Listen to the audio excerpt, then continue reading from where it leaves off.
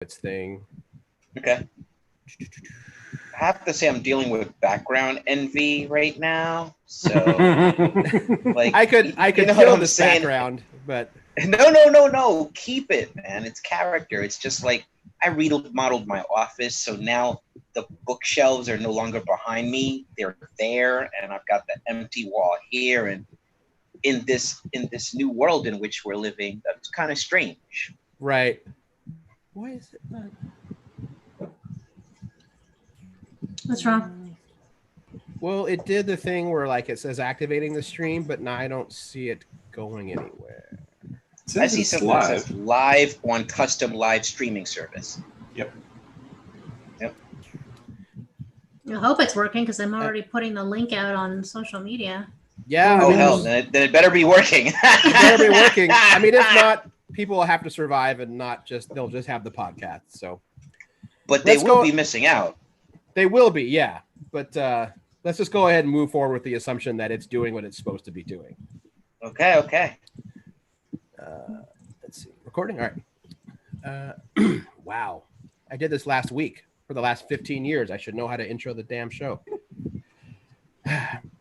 Why, hello, and welcome to issue 558 of Geek in the City Radio. I am one of your hosts, Aaron Duran. I'm one of your other hosts, Binarita. And I'm your other host, Cable Hashitani. And this week we are joined by our special guest, Joe Illidge. How's it going, sir? All right. How are y'all doing today? Good. I want to make sure I'm saying your last name correctly. I am notorious for being bad at names. No, this time you nailed it, and I appreciate it. I've gone through life where it has been mispronounced, misspelled, mangled, choked. So the fact that you got it right, I really appreciate it. I used to have to tell people it's like village, but without the V. Phonetically, don't spell it that way. So that's a good way to remember. And do you prefer Joe or Joseph? You know, it's tricky because no matter how I introduce myself to people, within 2 weeks they decide what they want to call me anyway. So I just tell people, you just call me what you want. It all works out. So all right. Joseph or Joe works. Thank you for asking. Sure, that works. So yeah, before we officially went live, we were just talking about that we're coming up on what normally would be Comic-Con season, but that's not happening. But it hasn't. Yeah. And the real downside to that is that writers and artists and editors no longer have the excuse of taking kind of 2 weeks away from quote work. Yeah, it's like, the editors know that leading up to San Diego Comic-Con, and the aftermath of San Diego Comic-Con don't really expect much, right? Because the San Diego Comic-Con experience is such that you become totally immersed in it. And I know the way it is for me, when I get back into the real world, then I'm checking the New York Times and Washington Post and CNN again. I'm like, what happened? What? You know what I mean? What's going on? Because you have been in San Diego Comic-Con land, which not only involves the conventions, but it involves the after parties, right? Right. In which you don't get to bed until 4 o'clock in the morning, and then you have to get up at 7, have breakfast, get to your table. So it's just this long experience. So the absence of it is pretty jarring for a lot of people. My Facebook feed is full of a bunch of people showing their memories from last year at San Diego Comic-Con or 5 years ago at San Diego Comic-Con. Mm-hmm. So it's really different for us, and so we're just trying to recalibrate ourselves. Right. And I just saw that today San Diego put out a real sweet, like minute and a half video, basically just showing images from cons past, creators, cosplayers. I mean, the whole gamut of what happens in San Diego. And it's just like, don't be down. Like, the con still lives in your heart. We'll meet again, keep building those memories, keep building those relationships. And it was legitimately sweet. It didn't feel like a, don't forget us, we'll be back. It was it's kind of bittersweet, but we're all still in this together kind of vibe. So that was nice to see.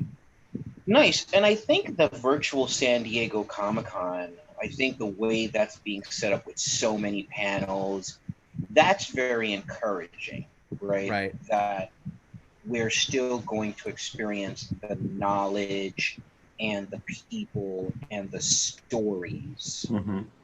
just in a different format. So I'm looking forward to what that's going to be like. I'm on 3 panels, and I'm looking forward to watching a bunch of other panels, quite frankly. So let's see how this works. You know, this may be the beginning of a different way of doing it, right? Yeah, and then it becomes an alternative and not an aberration. Right. I do wonder if some of the bigger companies, you know, like maybe if they look at the numbers in terms of, you know, what they get back from from their customers or their fans, and then they realize that, you know what, the spike in whatever that comes from Comic-Con, or the excitement, or the fans promoting, isn't all that different. So why are we dropping hundreds of thousands of dollars on some of these massive installments if we get the same interaction? Yep. Yeah, that's a risk, right? And let's see, but you know, ultimately there are some things that you cannot quantify, or you can't easily put them in metrics. And part of that is the experience of totally eliminating the distance between a fan or a buyer and the people whose work they admire. Mm-hmm. The value of that, the conversations that come from that, you can't measure that with an algorithm or a spreadsheet. So I would hope that even if they come to these conclusions, they understand the value of the convention as an integral part of this industry instead of just an accessory. That does make sense. It's it's kind of funny. We're Greg Ruck is one of our friends, and he pops on the show regularly. And he says hi, by the way. Oh, well, please tell Greg I said hi back. He and I have Yeah. known each other since the Batman days.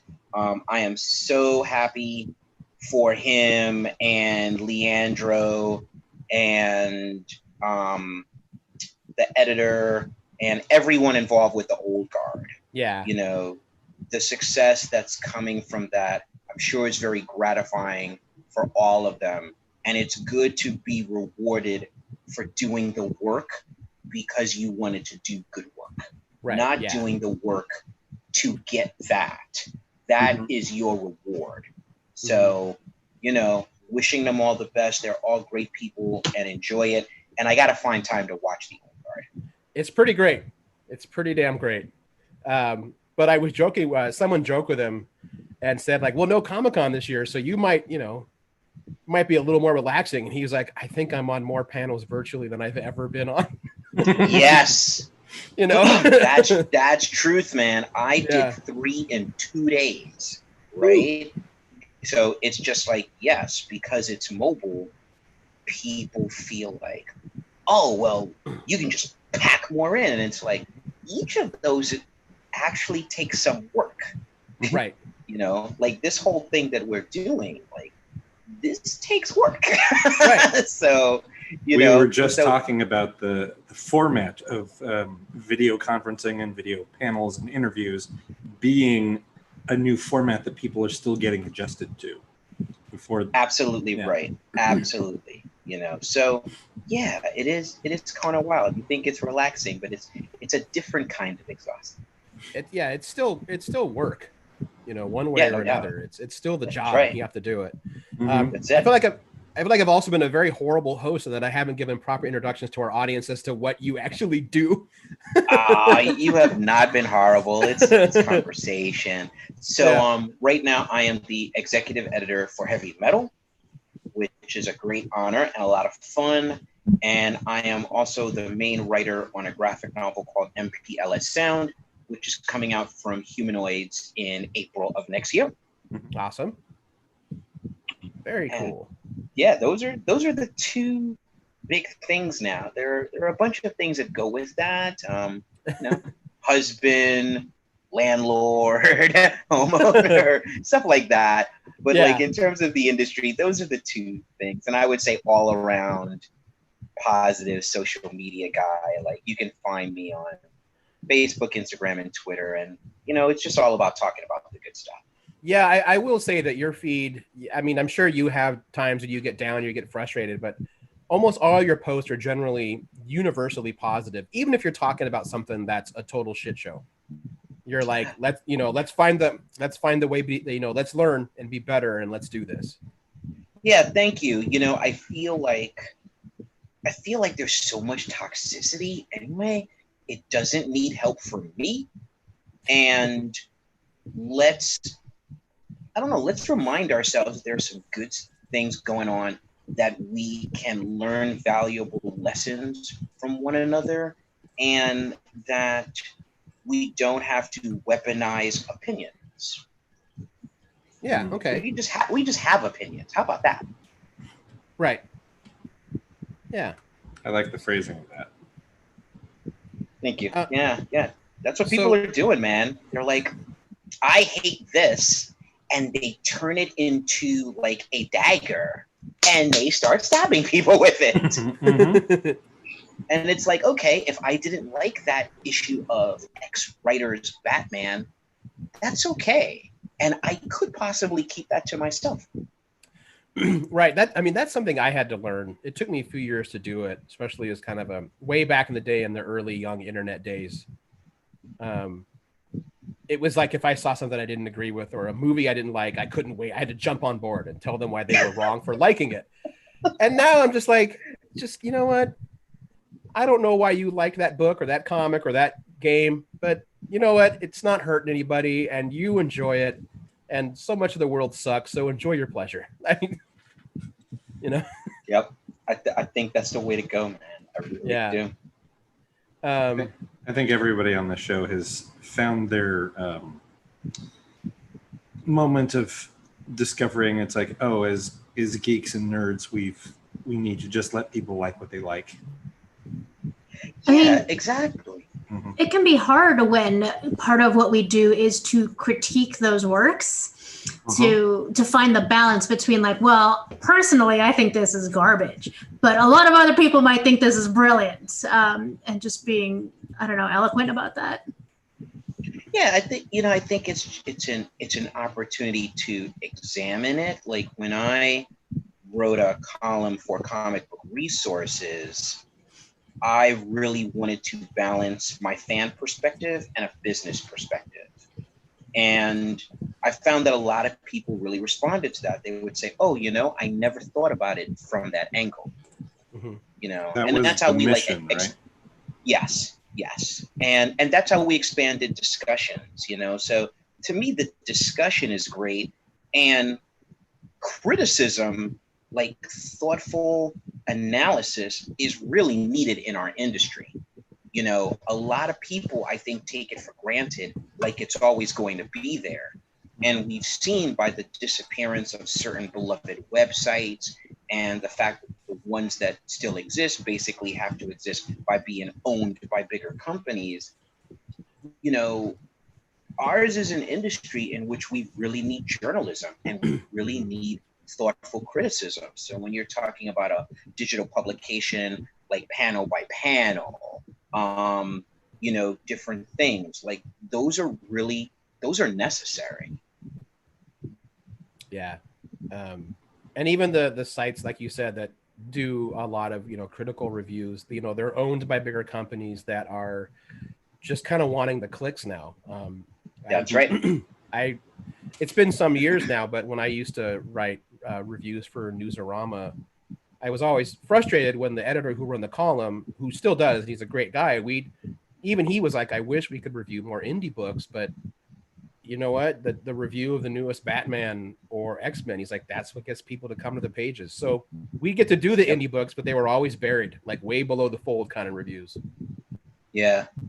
But now you're seeing a shift in that, right? You're seeing where the indie stars are becoming the superstars, and they basically have their career set up where they'll do a Marvel or DC book or 3, and then they'll do an Image comic or 3, and they manage to get their cross-pollination. They get their audience to go where they go because the audience trusts that they will get something of quality. So I think now you're seeing more independent coverage, and that's great.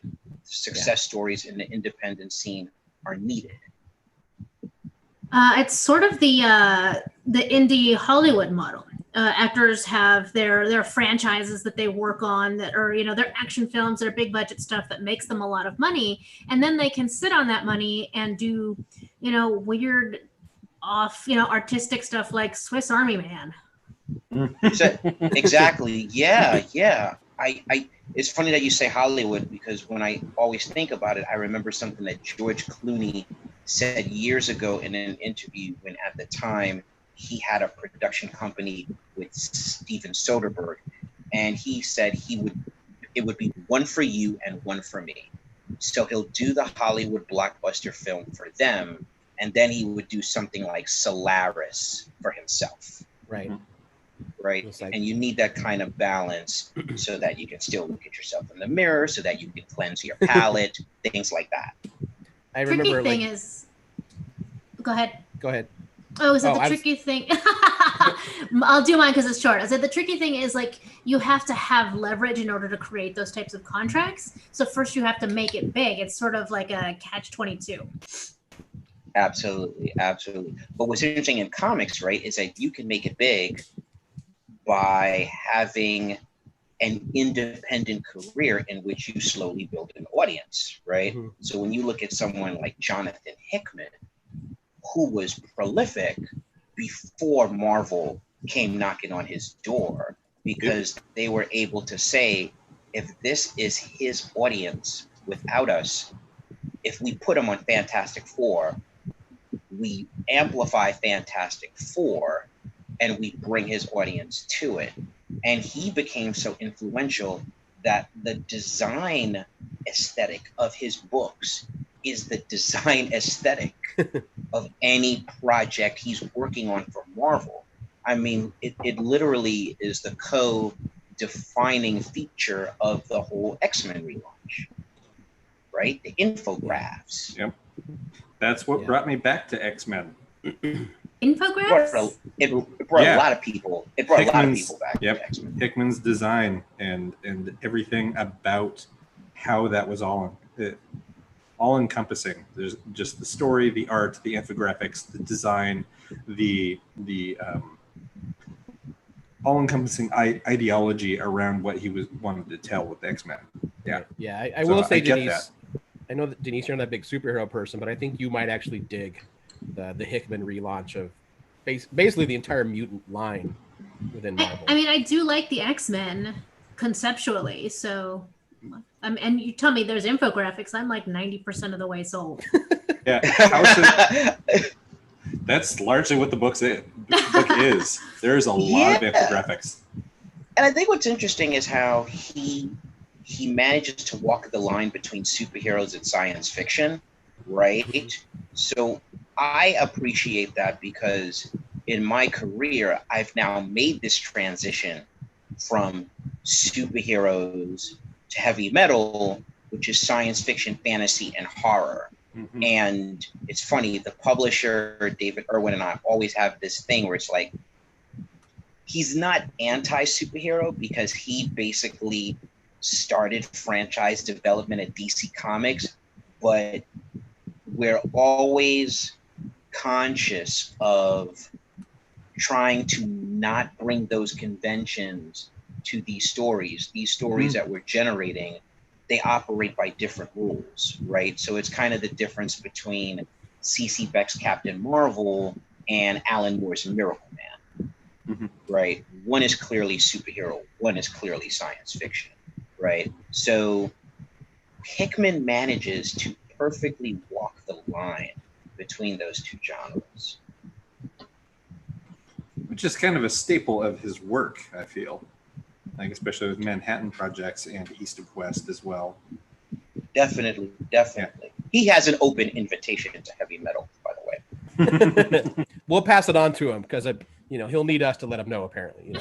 Please let him know. We're all fans of his work. I'll text him right now. That's what's up. I call him JH. We got a shorthand there.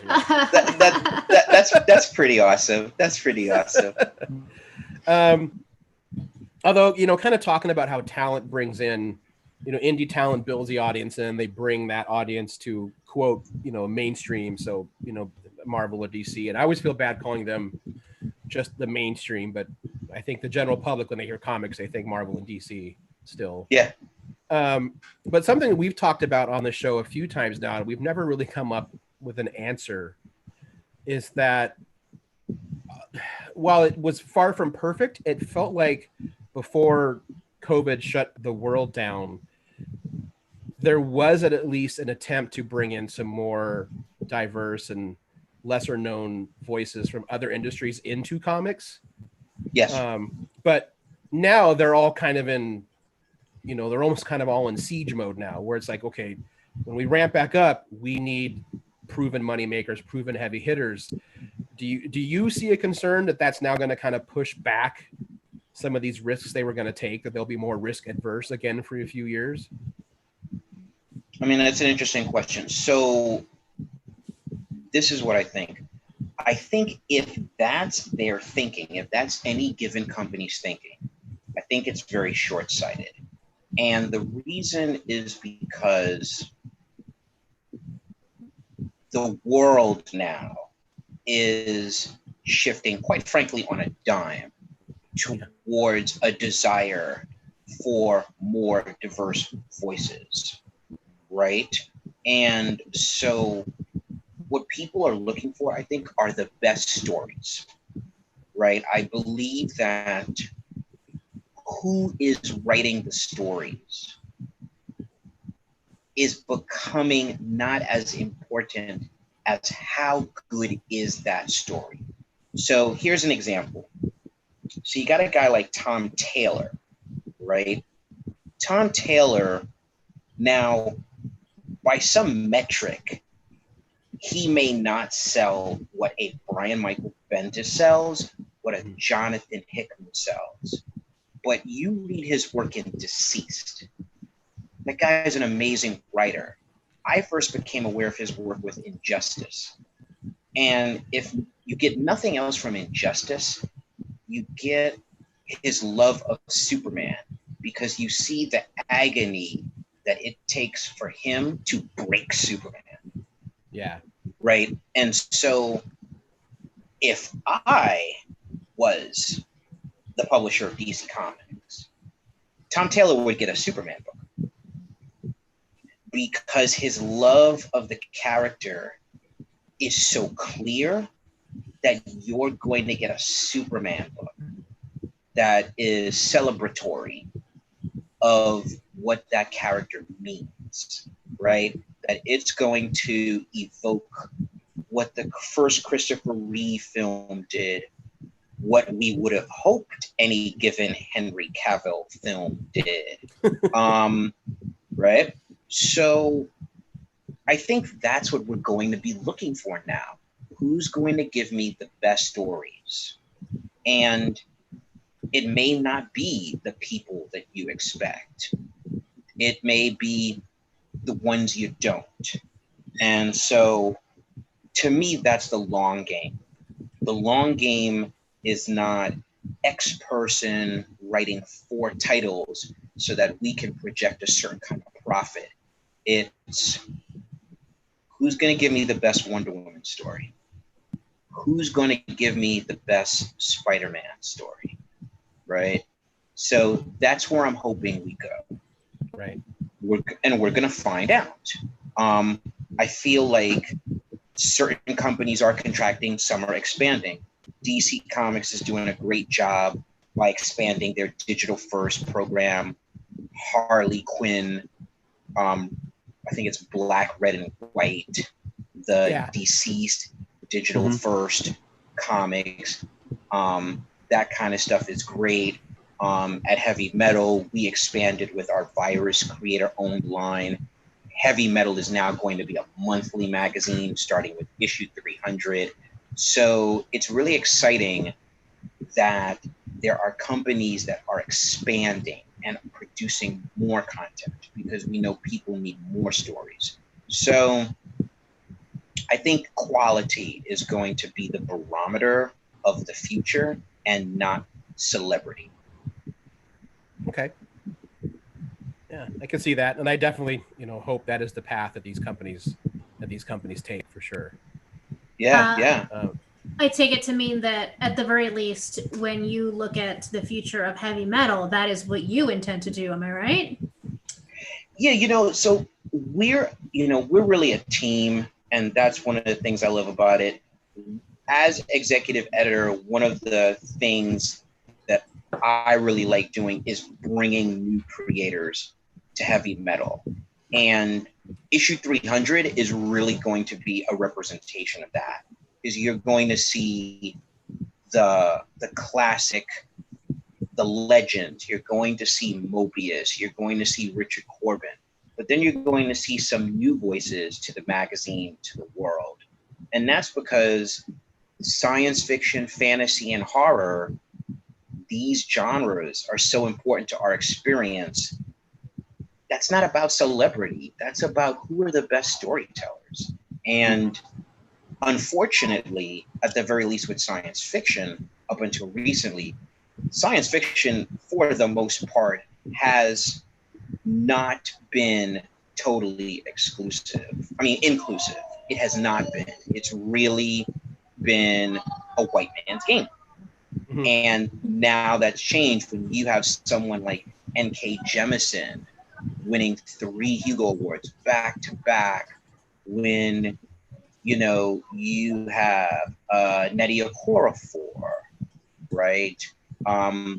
So many new voices are now coming to science fiction and planting their flags, and with fantasy and with horror, and that's necessary.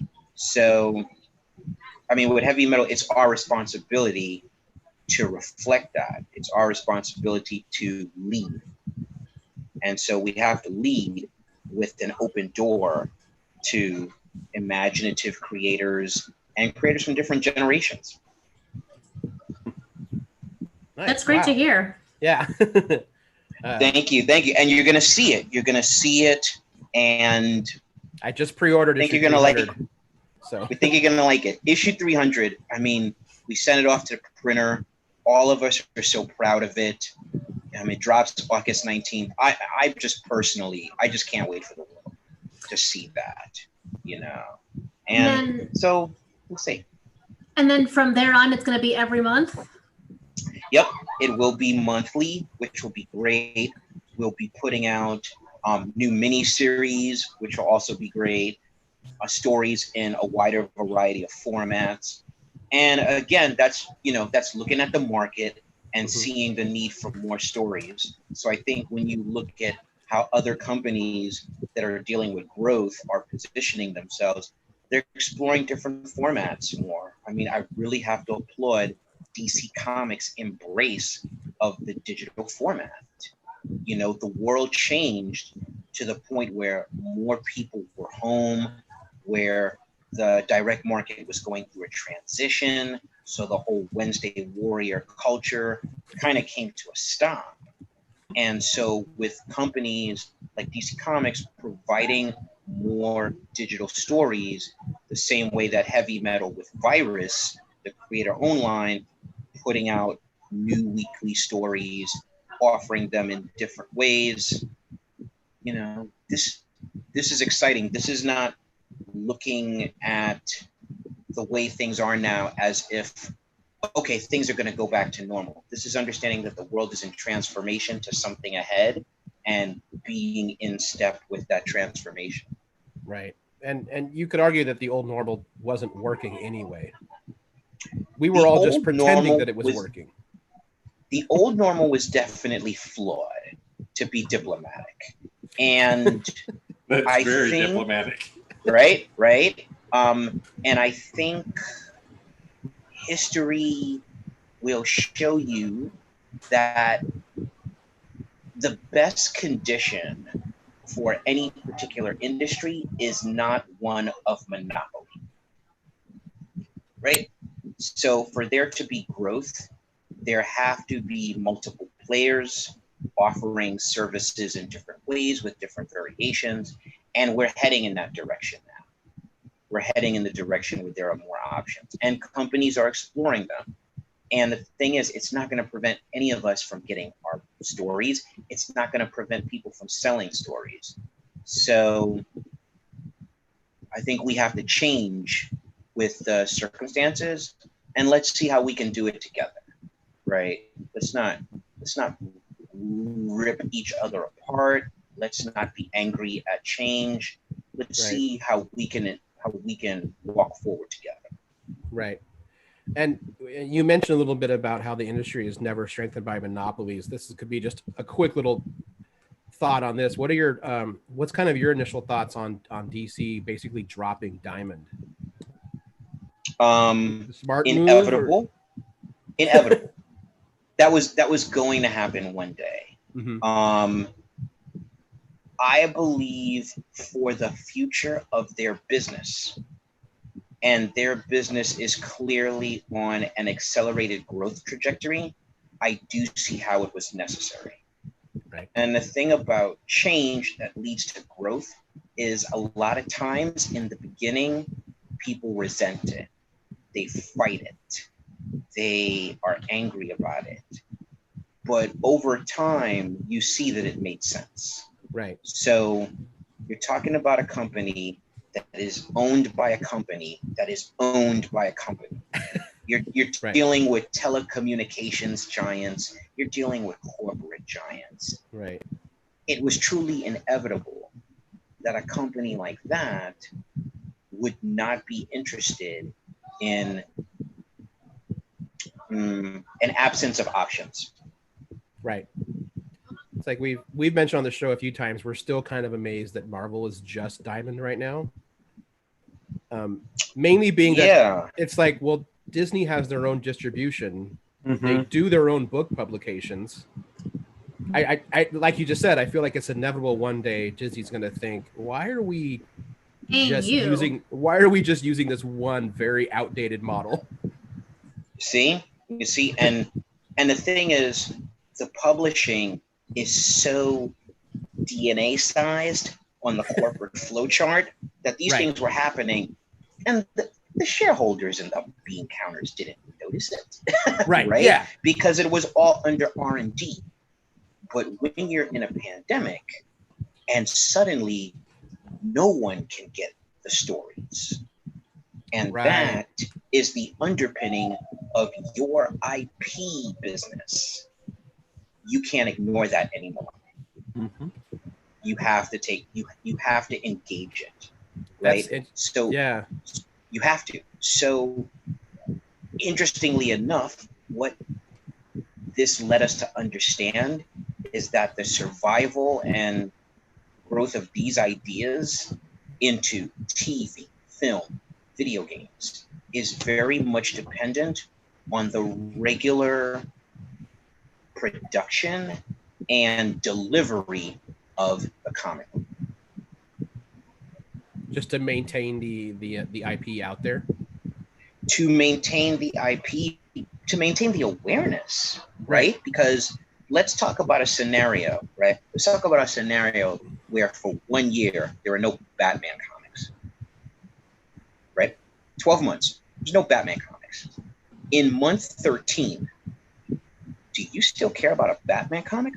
Or have you recalibrated yourself psychologically or emotionally to life without Batman? It's a very valid argument. Right. I know I'm extremely guilty of walking away from something if it's not there for me. This is what we're talking about. And now we're talking about world conditions that accelerate a mentality like that. Right? In which we are more inclined to not maintain attention to something. So the presence of that something then becomes even more crucial because it needs to be there. It needs to be there so that if we forget about it, our friends are telling us about it. that people on social media are talking about the latest storyline, so that you say, oh, you know what? I want back in. Or you know what? I don't want to be out of the conversation, right? So that's it. So these stories need to be out there regularly. Wow. I just kind of thought of it more as like just maintaining, the zeitgeist of the character, but you're right. It's got a more of a social connection with it also. Definitely. Yeah. I'm trying to the answers right are so now, I'm great. just admiring this weird special effect you have going on. Oh yeah, the thing is that the part of you is gone. It's very future. I feel analog. Very analog. I can drop right it now. too. You can see my No. There it is. No, here's my actual office. Oh, okay. Well, you see, that's still dope. Yeah, it's a pretty good office. That's a different type of action going on there. Yeah. I think what it is Joe, we need to get you some artwork or maybe some minifigs in the background of your space. Yeah, there you go. So that you don't feel like you're right. Yeah, so you don't feel left out. I have a Denise, you're absolutely right. Speaking into a tribble or something here. Yeah. I was wondering why your shoulder was disappearing, by the way. It was this thing. I got a fun question here in the chat. It's a little bit of a hypothetical, but let's say that heavy metal was going to get picked up as a show or some other like visual media on Netflix or Amazon or one of those other streaming services. Who, in your mind, would be the voice of the evil narrator, and what sort of music would you expect to see or would like to see on that soundtrack? Oh man, that is a tough one. So the CEO, Matthew Medney, he really just has this bubble of like energy and enthusiasm. Like when I first met him, my spider sense did not go off with him. Like the BS meter did not go off, but he's just like a likable, enthusiastic guy. So I would think that he would be the voice. In terms of the music, honestly, I'm not qualified to answer that question. I am not in step with the most modern music. I'm a guy that still very much has a love affair with like Chris Cornell, and sometimes I'll still rock some Velvet Revolver or something like that. But I will say this to you. I do feel like Prince is timeless. And if we had Prince's funk and soul on a heavy metal animated film, I think that'd be pretty much set the tone right there. Yeah. I'm feeling it. I'm down. You could also kind of suggest that Janelle Monáe's last album was basically a small heavy metal short anyway. For that entire album just was one giant concept that way. Very interesting. Very interesting. And I can see her doing some really good horror music because I think she's been in she's acted in some horror stuff. So she's got that Antebellum movie coming out. Right? Antebellum is dropping. Yeah. But I think what's interesting about her is that she really, I feel like, exemplifies in a number of ways, like the tone and aesthetic of Afrofuturism, right?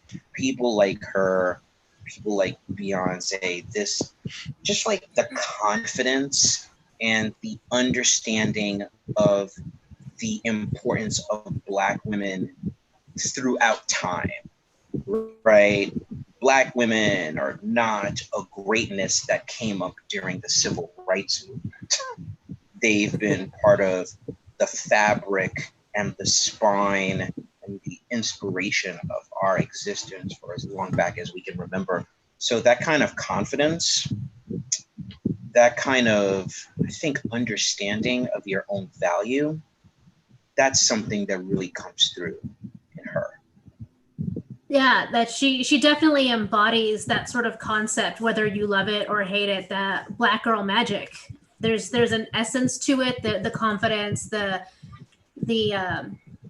inspirational aspect to her work.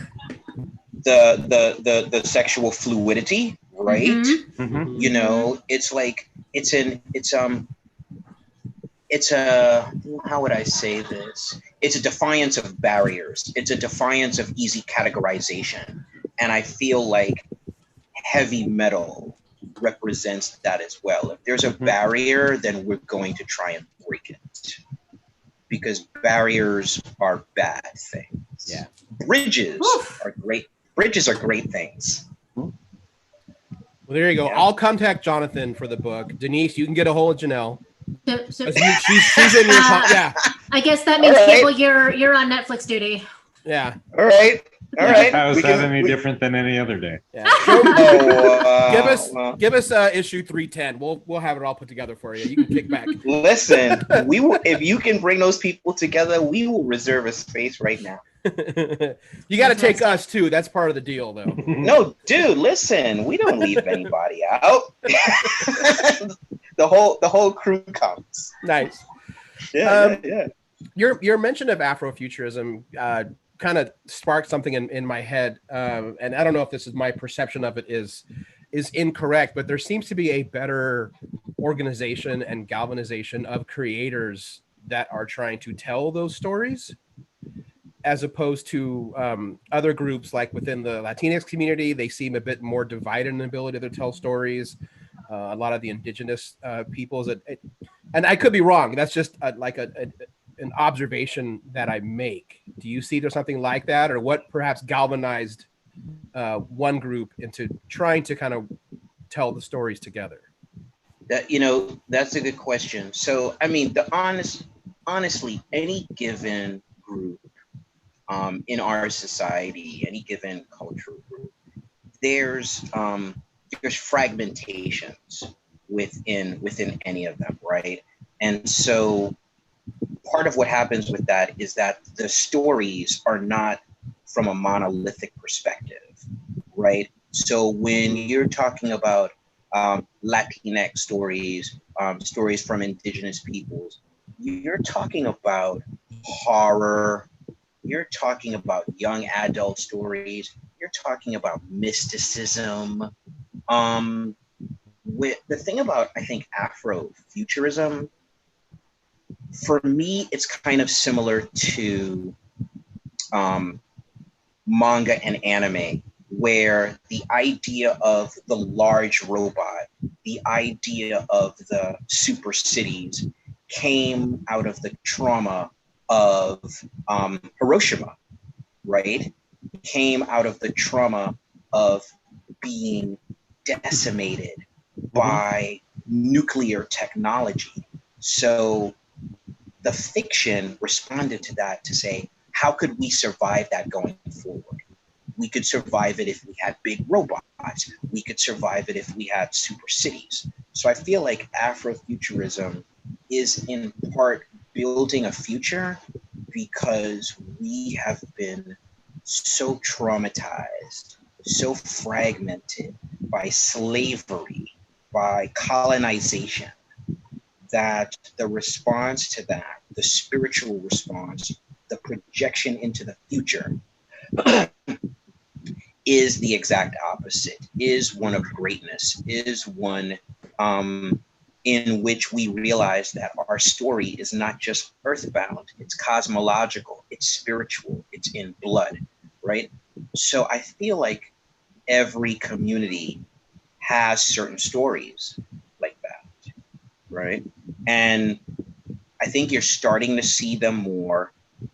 I bet you're going to see a lot more of them in the next 5 years. Yeah, yeah, for sure. You know, and we should. Mm-hmm. You know, it's long overdue, right? So that's where we have to go as storytellers and facilitators of stories. What you said reminded me, a few years ago, I got to be on a panel with N.K. Jemisin and Rebecca Roanhorse.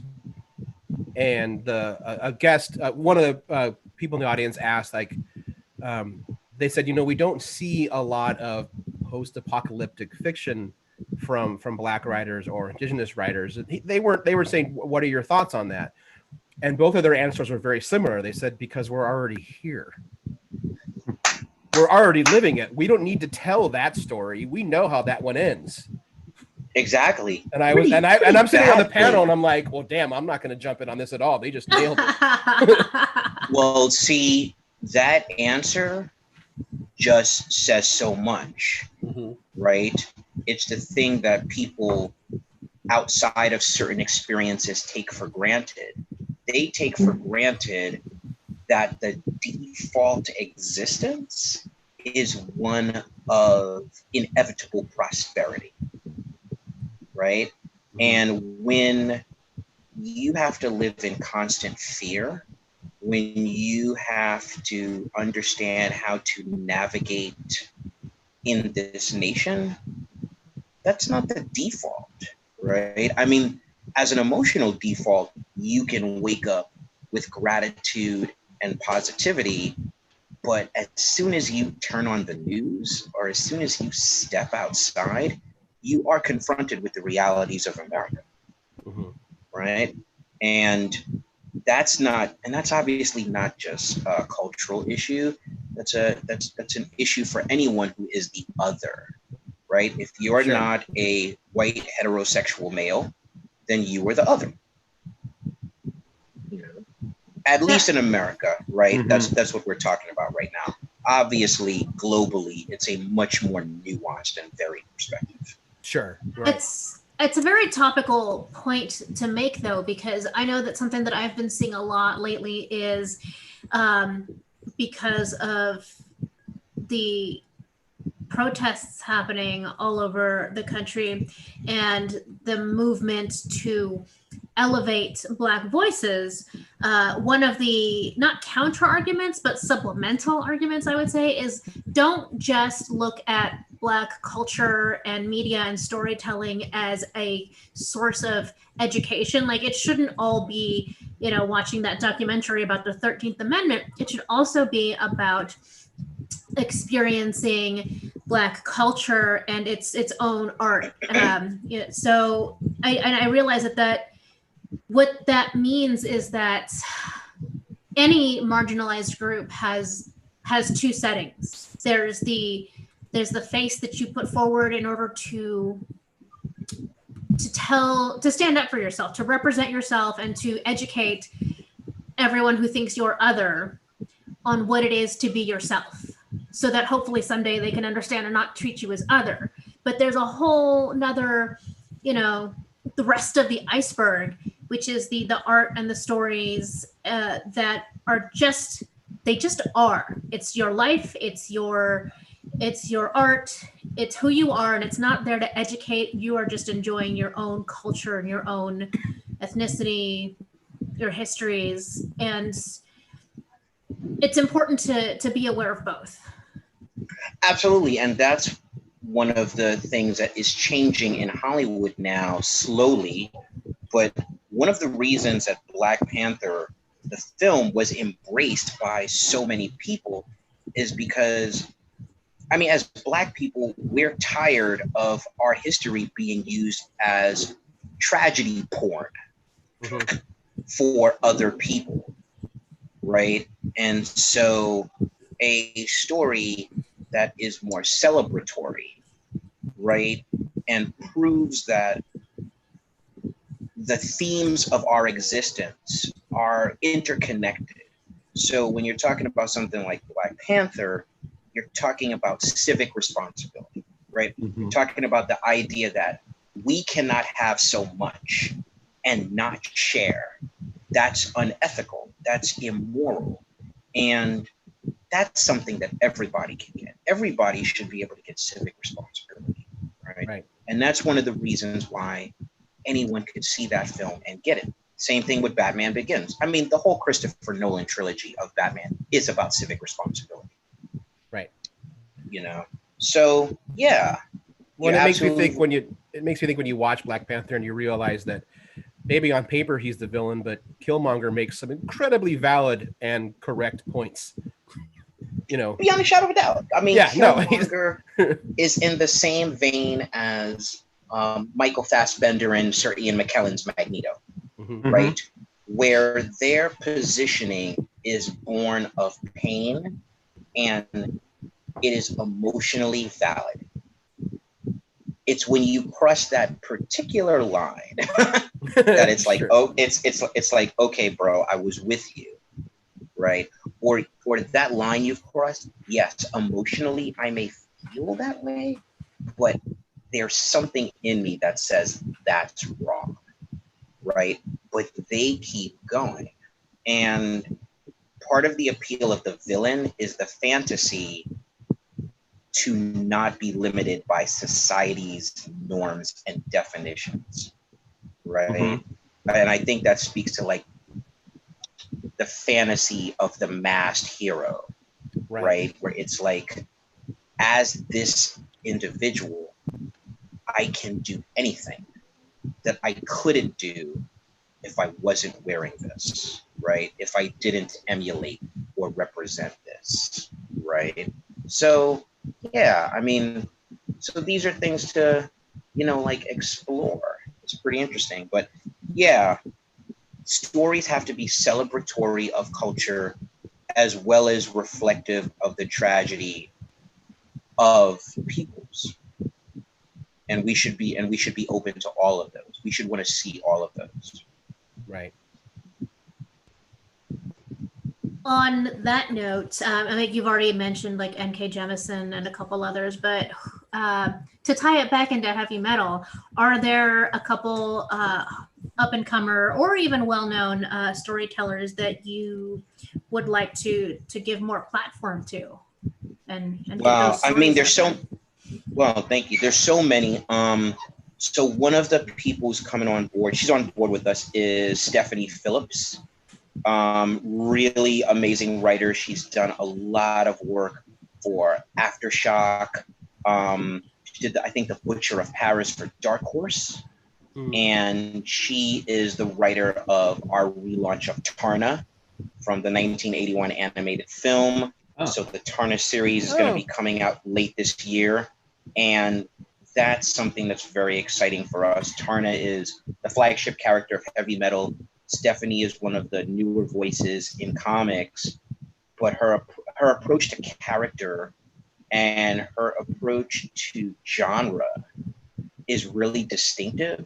So bringing that kind of distinctive perspective to like the heavy metal universe, as it were, is really exciting.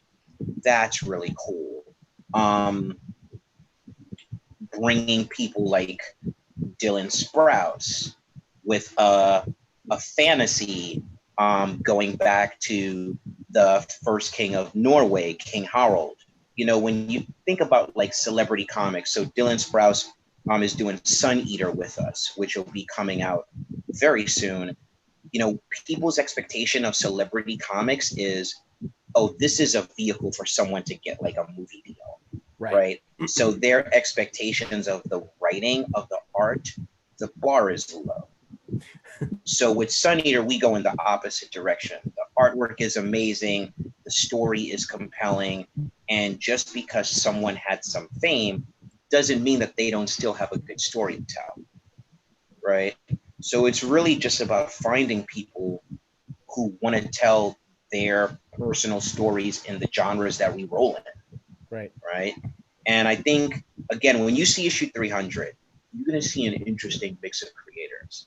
And I think people are going to dig it, you know? And I think that magazine is going to harken back to what heavy metal used to be for everybody. You used to be able to pick up an issue and just get lost in all the different kind of stories. And along the way, it kind of got this sameness. It stopped being revolutionary. So we're gonna get it back to that. And that's exciting. Just say it's almost gonna be a little dangerous again. I remember parents when I was much younger, if they caught you reading the heavy metal, you were gonna have a stern talking to. Yep. We're going back to that. Nice. Yeah, we don't make kids comics. Comics should be a little dangerous anyway, I think, as a we don't make kids there comics. Could be kids comics, but you know. We don't make middle grade comics. Well, just because it's for kids doesn't mean it can't push an envelope or two. So this is true. And also, you know, I mean, so when I first discovered heavy metal, I was 13 years old, going to the High School of Art and Design. And look, teenagers now, I mean, young people are so much more sophisticated that a 12-year-old should look at heavy metal and there should be no problem with that. So that's what it's about. I think it's really about okay, are you ready for this? Let's go. But we will definitely have mature content, and it's not going to be gratuitous. It's going to be contextual. And that's the thing, right? Like let's, to me, heavy metal was always spitting in the face of America's repressed feelings about its own sexuality. Mm-hmm.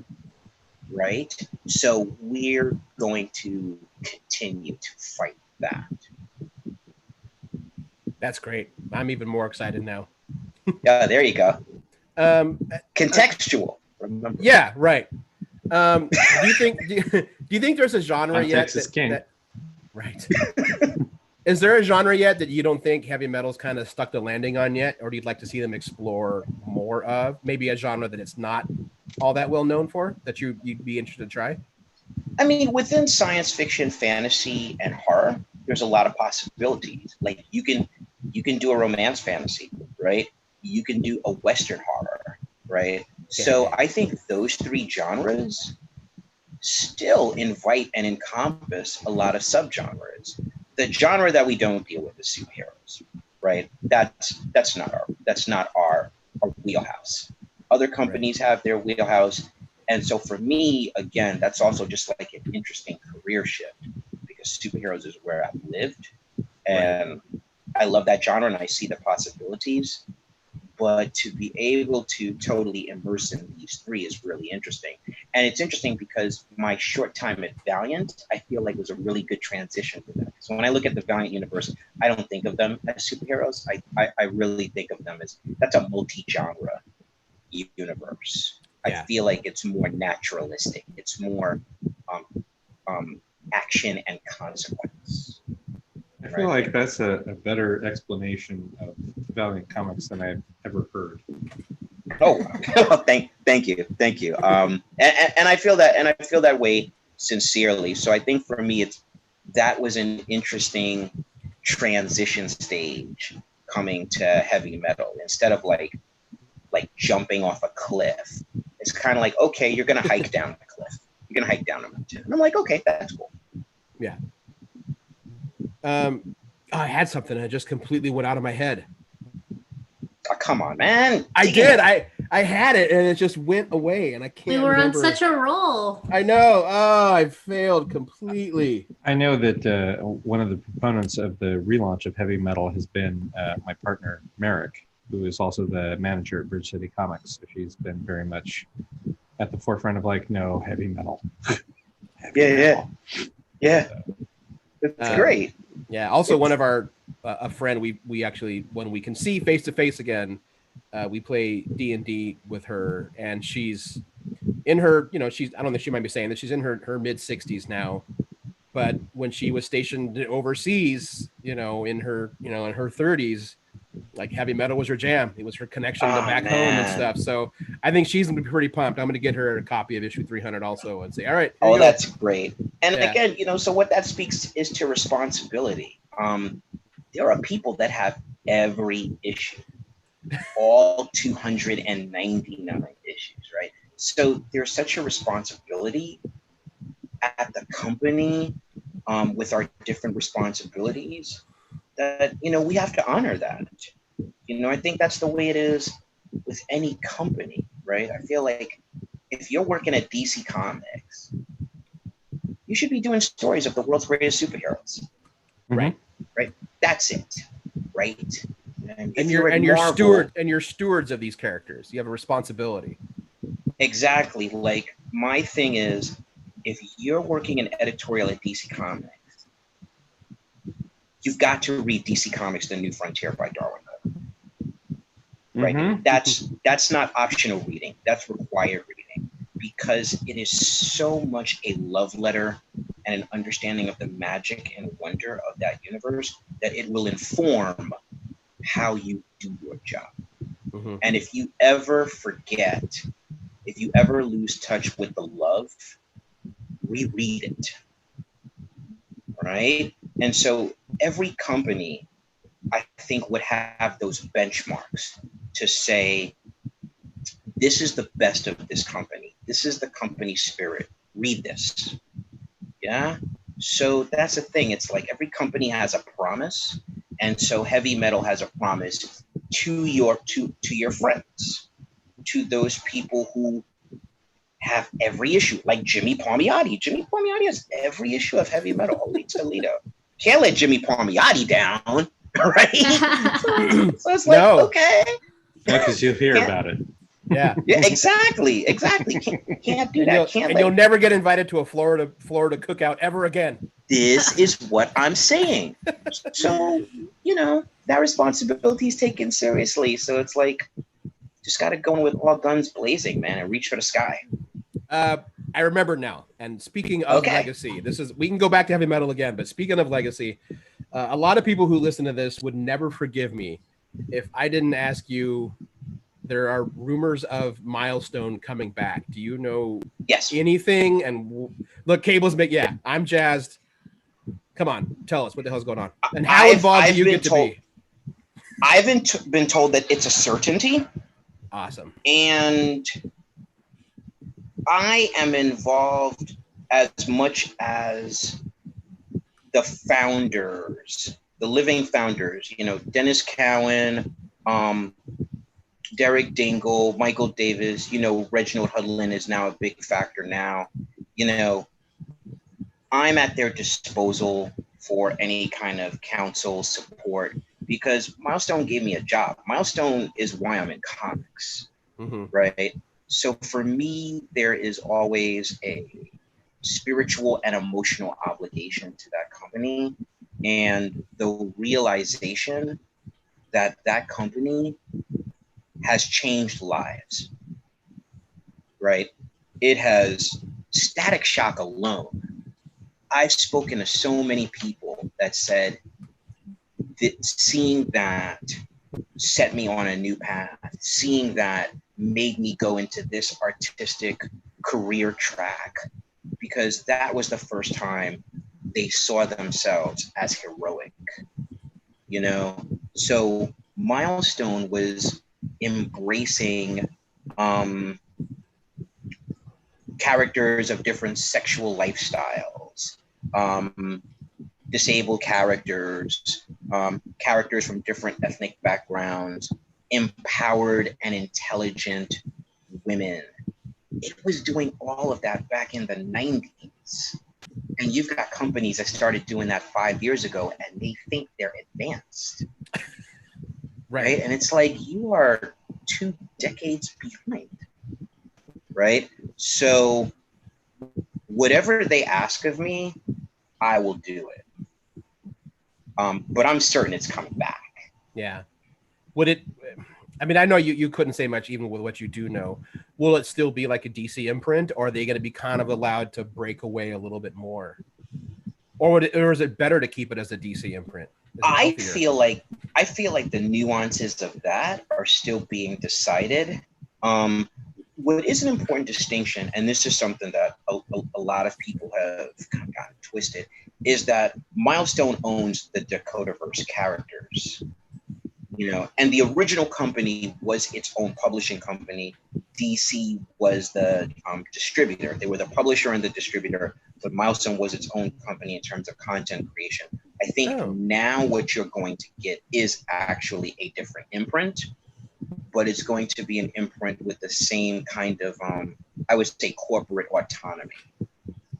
Right. And I think that just comes down to the way DC Comics is structured now. A DC Comics that is owned by AT&T is much less interested in splintering into different divisions and more interested in cohesion. Right. So for Milestone to come back, it would seem that an imprint would be the best way to do it. And so the Earth M brand and language that was put forth before, that would make sense. Okay, cool. And then just a quick random question about Milestone that I always wondered and I never got a straight answer from. Sure. This is a super nerdy comic book collector question. Let's go. Why was the paper quality different? Okay, that is a good question. I know. Nope. Okay. That's a good one. That's a good one. It feels so pedantic to me. I believe it was different because it wanted to show off the coloring technique, right? Okay. But Makes the sense. thing of it is, it showed off the coloring technique well, but consumers compare things. So when a consumer looks at a milestone book, they might not necessarily appreciate that perspective. Their perspective might be, why isn't it on the same paper as Wildcats? Right. And if it's not on the same paper as Wildcats, it's not equal to Wildcats. And so that's the thing. It's like there are artistic considerations, but there are other considerations which, you know, it's hard to meet all of them.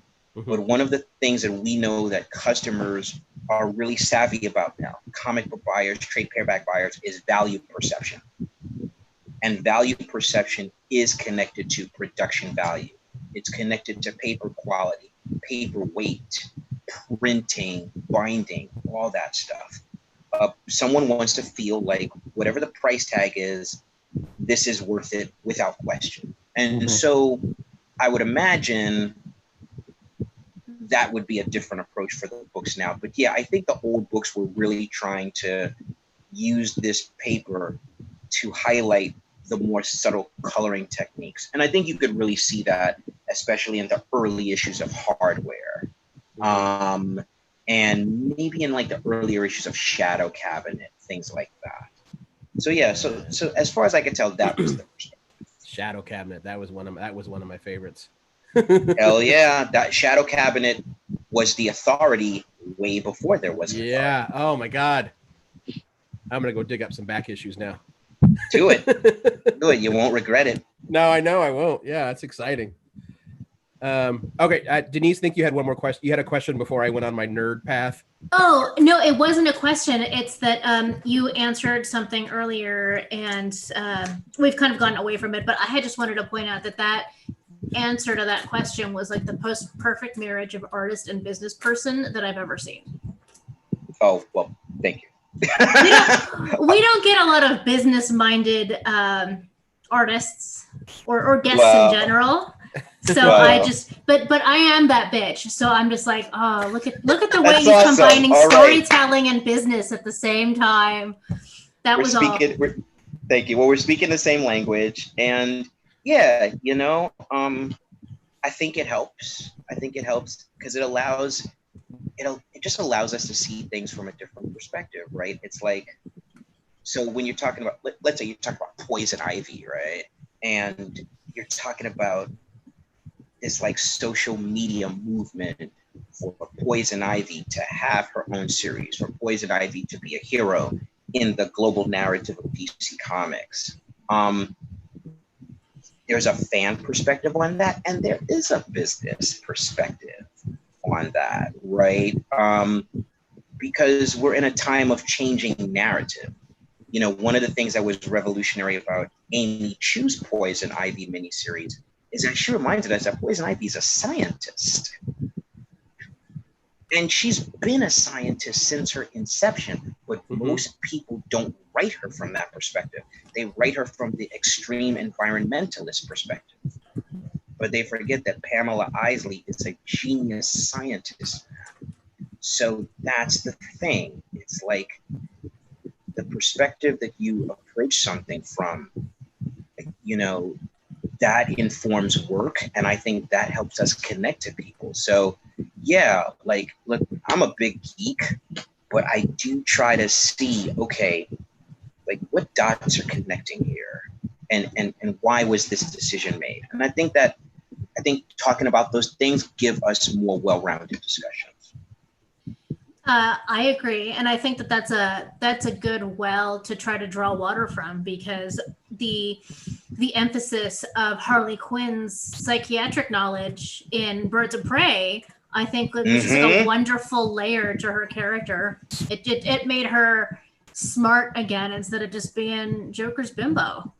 That's right, and I love how that character has evolved, and how the existence of the new character Punchline is a reflection of Harley Quinn's growth, because Harley Quinn has totally evolved into the role of being an individual of potency and power and understanding of self-worth. So to have her go up against what she used to be, it's interestingly thematic. And it also speaks about, it speaks about this cycle, just like in our society, and how we grow, and there are other people who still have to go through the journey that we've gone through, right? So Harley Quinn had a journey, Punchline has a journey, but right now we're seeing these two characters at two different places, and that's just interesting to me. Like, honestly, I usually don't care about the newest Bat villain. I could usually give a damn, but Punchline is very interesting. I'm gonna be keeping my eye on her.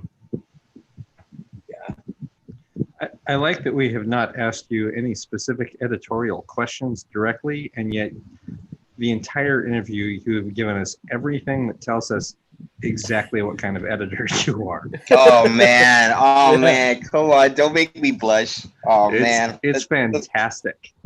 That's very nice of you. And what Denise picked up on early, like that was in one of your first statements where you talked about the fan experience and the buyer experience at cons. It's like those are two very different things. Yes, they are. Yeah. They are, and I have to say it was really Dwayne McDuffie and Denny O'Neil that drilled into me that editing is a vocation. And I always get excited. I love working with creators, and I love helping creators be better. And I love when they have better answers than me. One of the things when I worked with Vita Ayala on Livewire for Valiant is sometimes Vita would have better answers. And I'd say, wow, you're right. Let's go with that. Right? Which said to me, wow, you really know this character. Mm-hmm. You know this character in ways that have neurons firing in my brain. And that's the thing, right? The editor is not always right, and the editor doesn't have all the answers. Somebody could come along and give a Superman editor an entirely interesting perspective on Superman and say, you know what? I never saw it that way. So that's part of the fun. Mm-hmm. I'm just, and you mentioned both, Dwayne McDuffie and Danny O'Neil, and I'm trying to imagine what that room was like, the three of you, together in a spot. Geez, when that happened, so it only happened the once, and it happened because Milestone in DC Comics is a crossover event called Worlds Collide, which the Milestone characters crossed over with the Superman family character.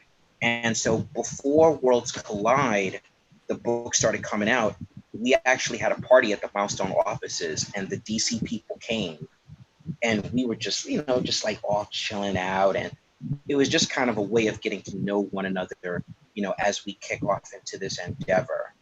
And I think that was the only time for me that the three of us were in the same place at time, because it was two different phases of my life. However, when I worked at Milestone paid for me to take a comic book writing course at School of Visual Arts that was taught by Denny O'Neil. Oh my God. Yeah. Very cool. Wow. Yeah. Nice. So that was my earliest experience with, I call him Aristotle based off of the Aristotle character in the Question series. That's truly how I saw him. I could see that. Yeah. Yeah, Absolutely. that makes total sense. Yeah, it's unfortunate. It's his passing taught. that got me to read, go back and read his question, the work that he done on the Question. Yeah, that book still very much holds up. Yeah, it definitely does. Well, we got us getting close to wrapping up here. Okay. See if we got something in the chat really quick. Let's see what's going on here. Denise, you want to read another one from Norm, or I can? Yeah. So I know we maybe touched on this a little bit, but let's just make this like a one-shot, like quick fire answer. Okay. Dream artist, dream writer to do a story for heavy metal. Jonathan Hickman. But you already have that. Oh, really? So I got to go for another one? I'm already getting him for you. No, okay. That's true. You're getting Hickman for us. It's interesting. 4 weeks ago, I would have had a different answer, but the last 4 weeks in comics have been very interesting. So I'm gonna go with Gail Simone. Okay. What? Nice. I would love to have Gail Simone write a Tarna short story for us. 8 pages. Do whatever the hell you want. Just cut loose. Yep. That sounds fun. Do whatever the hell you want. And the artist to go with her. Oh, yeah. I like Dexter Soy from Batman and the Outsiders. Yeah. Yeah. I think he's pretty amazing. And my other dream would be Otto Schmidt. Oh, yeah. I'm familiar with him. Yeah. Yes. He really, to me, exemplifies the kind of fashion illustration aesthetic. You know, like that kind of whole Andrew Loomis, J.C. Linedecker.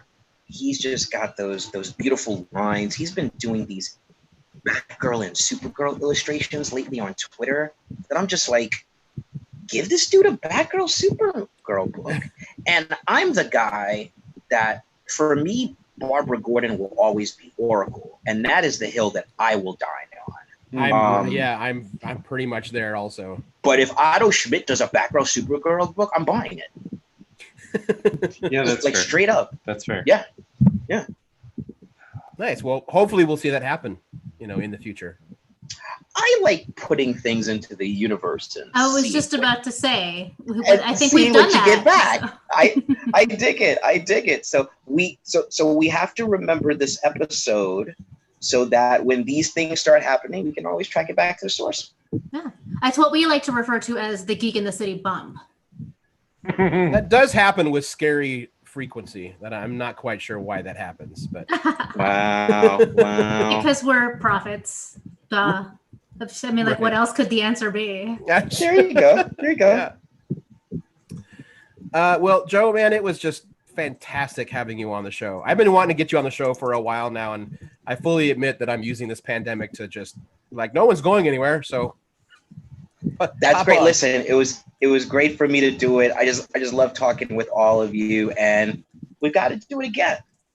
Yeah, no, maybe, I don't know, maybe sometime in August after issue 300 drops, we can kind of talk about it and get your reactions and see how you feel. Okay. I really look forward to hearing what the three of you think of that book. Yeah, that'll be a lot of fun. Yeah. Can do. Yeah. Joe, thank you so much for popping on, man. It's been a real treat and an honor chatting with you. You're welcome. I had a really great time. We'll do it again, and all of you have a good night. I'm going to go make my wife some tacos. All right, smart. Nice. That's what I made. That's a smart person. All right. Thank you, sir.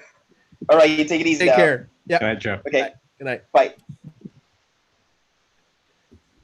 How the hell about that? That was great. That was a really great conversation. You can just give him a topic, give him a question, and let him run.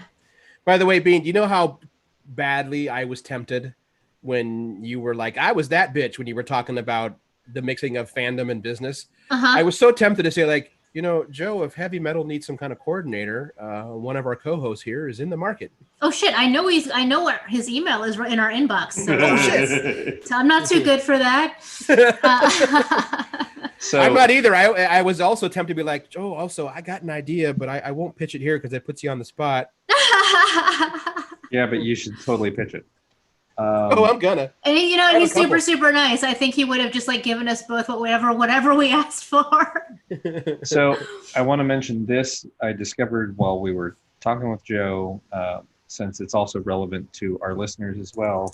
If you want an idea of what Stephanie Phillips, who's doing the Tarna story for them, what her writing's like, she has a green tornado or a red tornado story coming up for DC Comics Summer Anthology. Oh, cool. Drawn by Leila Del Duca, and nice, with colors by Jordi Belair. So, there you go. Nice. That's a hell of a team, right? Yeah. Like, I didn't know this was a thing, and now I'm really happy this is a thing. There's like if you look at Stephanie Phillips on Twitter, she's got an image that Lola did of Red Tornado. It's like, oh, that's really good. Here, that one right there. Wow. Nice. I like it. Oh, poor Red Tornado. Never gets enough love. So I'm always happy to see.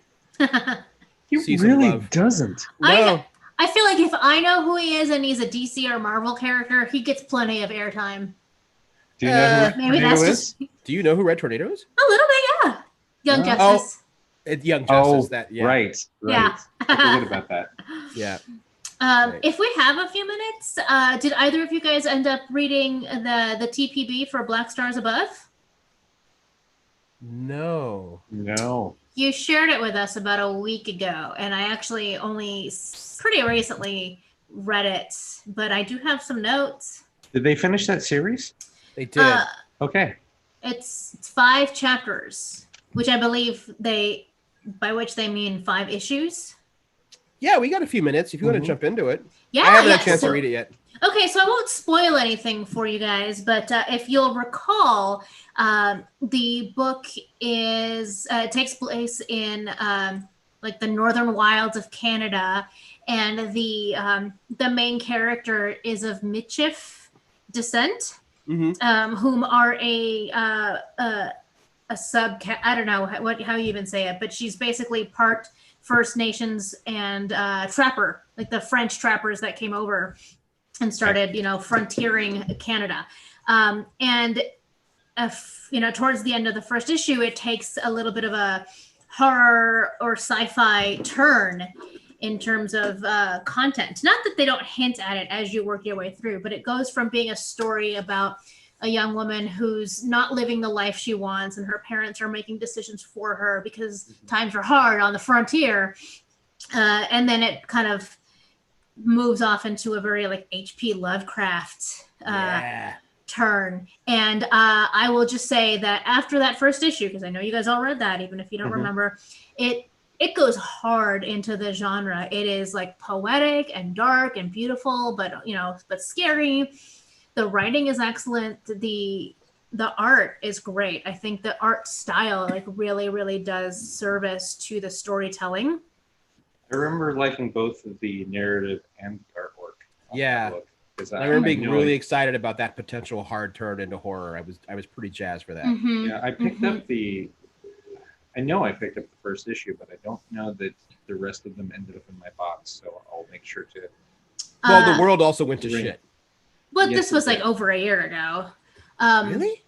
Black Stars Above? Yeah, we read that ages ago. Oh, okay. Well, it's hard to tell because a year ago it was June. So. But yes, the art like really lends itself to the storytelling, and I mean not to say there isn't like 4 pages right around like the end of issue 3 or in issue 4 that is just prose in the form of journal entries. And that's where I will sort of like give my chief complaint. I can't tell if the year is 1817, like it says on a wall calendar early on in issue 1, or if it's past 1888, which is referenced at a later point in the journals. So there's like I don't know if they were trying to be timey-wimey with it, or if maybe there was not enough attention to detail. And this is the copy editor in my brain, because that panel where it outlines that it's 1817 also indicates that December 1st was a Thursday, and it's not in that year. And also in that panel, she's reading a book that caught my attention because it is the narrative of oh god, now I'm going to forget the name, but it's an Edgar Allan Poe long form story. Some guy from Nantucket. Somebody help me.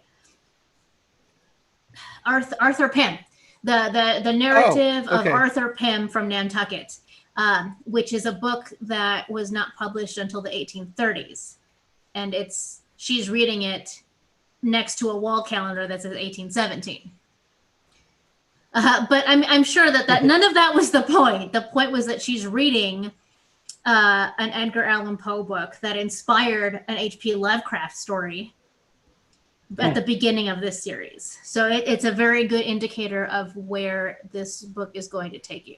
And that's all I'm going to say, because I don't want to give away like any big reveals or where the story is going to take you, but it was definitely a good read.